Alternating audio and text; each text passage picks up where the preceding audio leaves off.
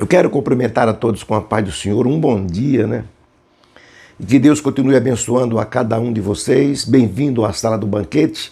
E nós vamos agora falar sobre a terceira etapa da conversão de Saulo. É uma história maravilhosa que todo mundo conhece e é a nossa lição de domingo. Já vimos a primeira etapa da morte de Estevão, já vimos a segunda etapa, quando ele se encontrou com Jesus a caminho de Damasco. A sua visão foi recuperada, eles já mais convicto, porque com Estevão ele foi apenas alcançado, agora estava convicto da sua conversão. E agora uma coisa importantíssima nessa terceira etapa, que é que a agenda de Damasco não foi cumprida, foi interrompida. E agora o Saulo de Tarso, o grande Saulo, se encontrava em dificuldades, que é comum a vida daqueles que aceitam a Jesus. Quando muitos aceitaram a Jesus e ouvimos testemunhos, como eu vou enfrentar os meus amigos na faculdade? Como eu vou enfrentar os meus amigos na área de trabalho? Como eu vou enfrentar os meus amigos vizinhos, que eu defendia as noitadas, as bebedeiras, as vidas mundanas, e agora radicalmente eu dou um giro de 360 graus, entendeu? Aquele mudança. E como agora Paulo poderia dizer aos irmãos de Damasco que ele estava sendo aguardado, a comitiva que levava, era esperada lá, que levava Saulo, estava aguardada. Era aguardada com muito, vamos dizer assim, glamour. E agora Paulo chega lá e dizer que agora ele defendia o mesmo Jesus que os cristãos defendiam. Isso dava um nó na mente dos judeus. Como agora Saulo podia explicar que essa sua decisão, o que aconteceu? Porque no alvor do encontro com Jesus, eu tenho certeza, nós temos que ele não tinha dúvida. Agora a perseguição era contra ele. Era contra ele. Mas veja que Paulo não ficou inerte, parado, enclausurado. Depois do encontro, isso corrobora a sua conversão.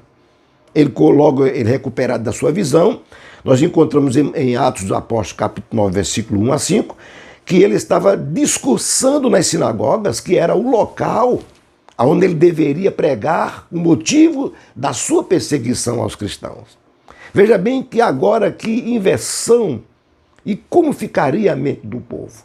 Então a ação de Saulo deixava todos os judeus confusos, como nós lidamos hoje em parafusos. E no capítulo 9 de Atos está escrito sobre isso. E diz assim que todos os que ouviam a notícia estavam que atontos ou atônitos, atordoados.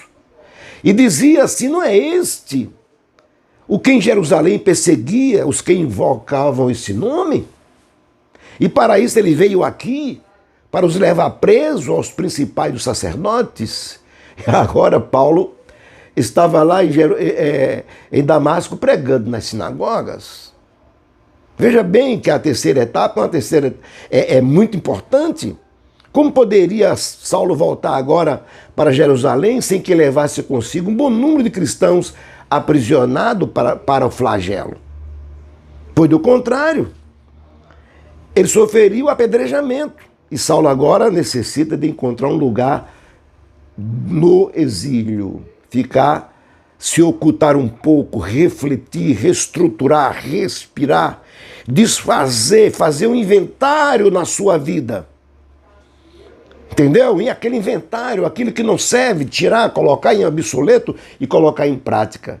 Ele precisava refletir, deixar baixar a poeira, porque isso é peculiar à vida do homem. Veja que situação para Saulo de Tarso. Ele não podia voltar para Tarso, sua terra natal, seria mais complicado ainda, porque ele fora enviado para voltar rico e nobre, e agora estava fracassado. A sua ida para Jerusalém, após a morte de Jesus, ele foi lá com um propósito. Como voltaria agora como um prisioneiro, um homem fracassado, que as suas ações não deram certo?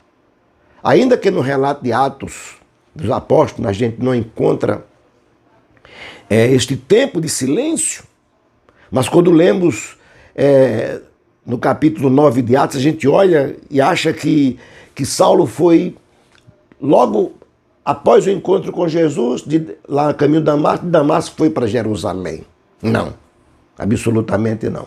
Então, a referência de Gálatas, capítulo 1, versículo 13 ao 18, nós encontramos também os estudos arqueológicos atuais sustentam que ele não apenas busca refúgio na Arábia, mas é o primeiro evangelizador dessas terras. Então, naquela perseguição toda, naquela mudança radical, ele vai para a Arábia, não vai para Tarso, não vai para Jerusalém, não fica em Damasco, mas vai para a Arábia. E lá ele começa a pregar o mesmo Cristo que ele perseguia.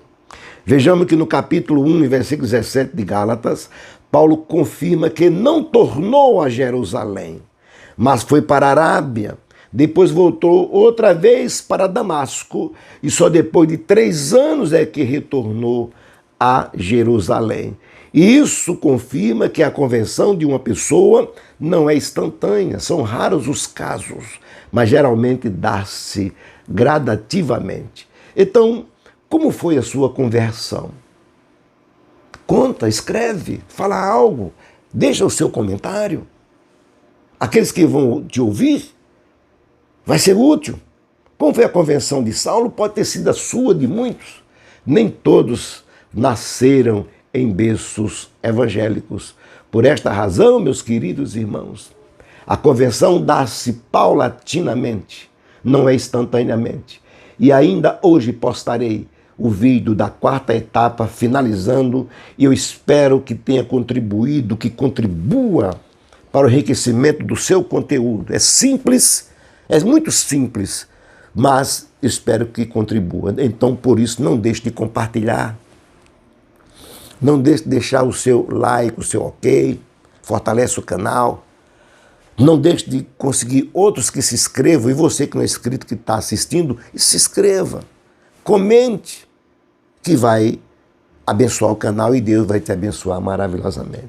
Um abraço e a paz do Senhor e que Deus te abençoe em nome de Jesus. Até a próxima, se Ele permitir. Amém.